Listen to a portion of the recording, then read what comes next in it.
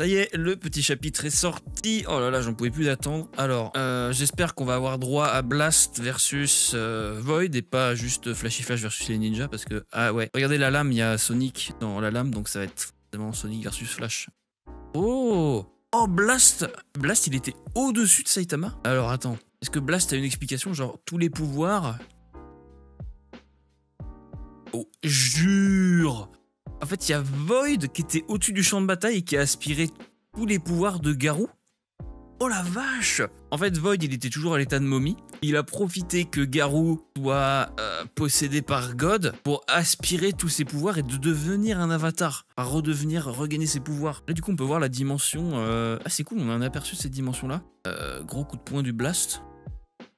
Ok, là, il a regagné sa puissance directe. Putain, Blast, l'attaque qui balance, mec. Mais attendez, ça veut dire que... Ah ouais, là, c'est dans sa dimension à lui. Mais ça veut dire que Void a aussi l'habilité de faire des trous noirs. Lui, Blast ouvre son propre portail vers la dimension. Oh la vache, il est stylé. Trop stylé, maintenant. Donc, qu'est-ce qu'il fait, Void, là? Il attrape... Il dirait qu'il attrape un truc. Non, il charge un truc, je sais pas. Il dirait qu'il est juste en train de tirer l'espace. Il va dévier les attaques de Blast. Ok, donc là, petite explication. On a la page en couleur de God, incroyable. Ah, là, il y a Sitch qui a un petit flashback avec quelque chose, ça a l'air d'être important, je pense. On a la fameuse lettre de Sonic envers Flash. Rejoins-moi, blablabla, au village. Il y a Blast qui lui donne un espèce de transmetteur en mode s'il se passe un truc, appelle-moi. Saitama, il a l'air... est encore complètement blasé. Ok, donc on va avoir droit à Sonic et Flash. Heureusement, j'ai envie de dire. Donc le prochain chapitre, ce sera peut-être Sonic, Flash versus tous les ninjas. Mais j'espère que ça durera que un seul chapitre et pas 20 000 petits chapitres. Ok, hâte de voir la traduction qui arrive tout de suite. Va y avoir beaucoup de choses à dire dans ce chapitre. Waouh. On commence le chapitre avec une sorte de flashback de Blast qui observe Saitama Zero Punch Garou. On avait vu dans le chapitre précédent une espèce de mini flashback de Blast où il observait le rayon gamma que Garou avait fait. Je pensais juste qu'il avait décidé de partir après ça, mais en fait non, il était sur le point de se rendre sur les lieux où Garou se trouvait, mais Saitama est arrivé à ce moment-là et la Zero Punch. Et Blast nous explique qu'en réalité, il essayait de limiter la casse en redirigeant les rayons cosmiques de Garou vers une autre dimension. Il a ouvert cette sorte de trou noir dans le ciel pour que les rayons s'y dirigent. Et là, c'est confirmé de chez confirmé, hein, Blast a bel et bien vu Saitama Zero Punch Garou, et alors que ses pouvoirs semblent se volatiliser dans les airs, qui sait que voilà, Void le vide en personne. Il a profité du moment où un avatar de God a été créé pour venir sur le champ de bataille, et il a saisi une opportunité pour voler les pouvoirs de God et redevenir un avatar à pleine puissance. Parce que là, on peut le voir en train d'aspirer les pouvoirs de Garou à partir d'une autre dimension, en forme de momie comme il était dans la capsule de régénération. Void a donc les pleins pouvoirs sur la capacité à se téléporter de dimension entre dimensions comme Blast. Et en parlant de Blast, il va charger une espèce de méga Kamehameha, une boule d'énergie, Black Hole, Gravity, je sais pas quoi. Mais Void récupère tous ses pouvoirs et son nouveau look est vraiment très stylé, on va pas se mentir. Avec le V sur sa tête pour Void, on dirait qu'il a une sorte de masque sur sa tête et plein de cicatrices de partout. Void découpe en deux la sphère d'énergie que Blast lui a envoyée dans la figure. On peut voir Void en train d'être beaucoup trop stylé. J'adore cet effet un peu, ça fait à moitié feu électrique, on sait pas trop. Blast continue d'attaquer et il ouvre deux portails derrière Void pour l'attaquer par surprise. Mais Void, qu'est-ce qu'il va faire? Ça va être du niveau de Saitama là, réellement c'est n'importe quoi. Il va juste attraper un bout d'espace et à la manière d'une couette comme quand on va sous le lit, et il va s'en servir pour se cacher ou pour du moins dévier les attaques de Blast, et il disparaît dans la dimension laissant Blast tout seul. Flash s'interroge du coup, est-ce qu'il est vraiment capable de bouger entre les dimensions, et Blast confirme ça, il dit oui. Et pour dire à quel point c'est la merde, même Flash dit un adversaire qui ne peut pas être vaincu par la vitesse seulement, alors que Flash jure que par la vitesse, on sait que c'est la merde. Rien que quand Cosmic Garou est apparu, il a dit courir est inutile. Blast nous explique autre chose concernant cette autre dimension, ce genre de pouvoir psychique, etc.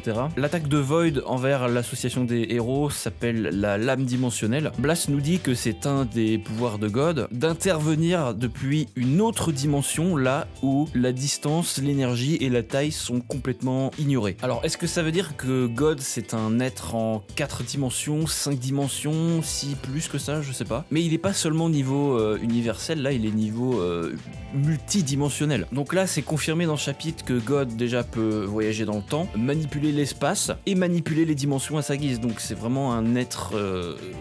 Blast et son équipe, je sais pas s'ils vont être capables de le vaincre, on va voir ça juste après d'ailleurs. On a de nouveau cette page de God sur la lune en couleur, coloriée par Murata lui-même, hein, c'est officiel cette page, c'est pas les fans qui ont colorié, c'est vraiment Murata qui l'a fait lui-même. Quant aux habilités qui sont conférées à un utilisateur, à un avatar de God, ça dépend de leur capacité initiale. Sitch et Flash sont complètement dépassés par la situation, ils comprennent absolument rien à ce qui se passe. Et on a de nouveau cette scène avec Sonic qui envoie une lettre de défi à Flash. On connaît, c'est la même chose que dans la version précédente du chapitre. Flash dit donc à Blast que ce serait une bonne opportunité pour lui d'attraper cet homme, puisque Sonic lui donne rendez-vous au village des ninjas, là où Void se trouve très probablement. Blast lui donne une espèce d'alarme pour lui signaler que Void est là si jamais c'est la merde. Et c'est là qu'un changement intéressant arrive. Blast demande à Saitama ce qu'il va faire maintenant, et au lieu de venir avec lui, Saitama va dire bah vu que t'es là Blast, moi je me casse, je vais aller bouffer curry avec Manako. Alors qu'est-ce que ça veut dire vu que Saitama n'est pas là, ça va drastiquement augmenter les enjeux, parce qu'on sait que dès que Saitama est dans le coin,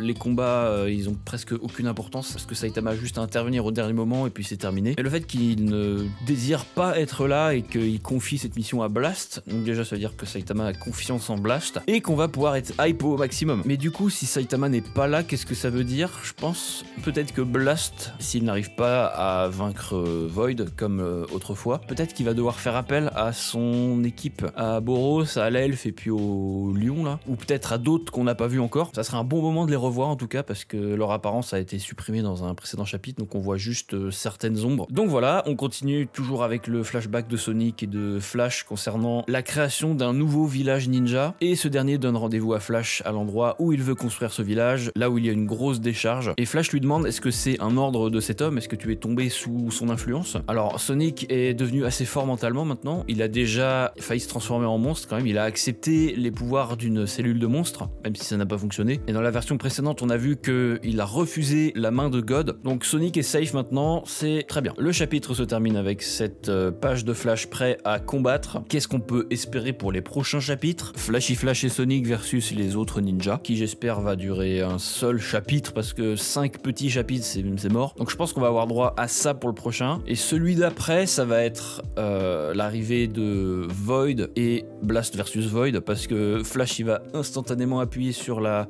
Ah quoique, il va sûrement vouloir le tester parce que c'est Flash, mais il va vite se rendre compte que c'est la merde. Et si ça se trouve, Void n'a plus de Genjutsu là, c'est une sorte d'illusion qui fait que ça matérialise les plus grandes peurs de quelqu'un. S'il a toujours cette habilité, c'est fumé clairement, parce que non seulement il peut manipuler l'espace, mais en plus du coup il peut matérialiser quelque chose de non réel quoi. Ce qui fait de lui clairement une menace plus grande que Cosmic Garou, parce que Cosmic Garou au final il avait juste au début les radiations qui étaient assez mortelles, mais Garou sa principale faculté c'était de copier les autres. Void si juste il peut manipuler l'espace sans rien faire d'autre, déjà c'est fort, à voir comment ça se déroule. Très content de comment les chapitres sont remaniés, là il y a une nouvelle apparence de Void qui est juste géniale, on a plus de Blast encore, on a des révélations à tout va, c'est génial. Il y a toujours cette interrogation de pourquoi il y a eu cette période de chapitres pour qu'il soit au final revisité. Est-ce que c'est God qui remanie l'histoire comme une théorie le suggère depuis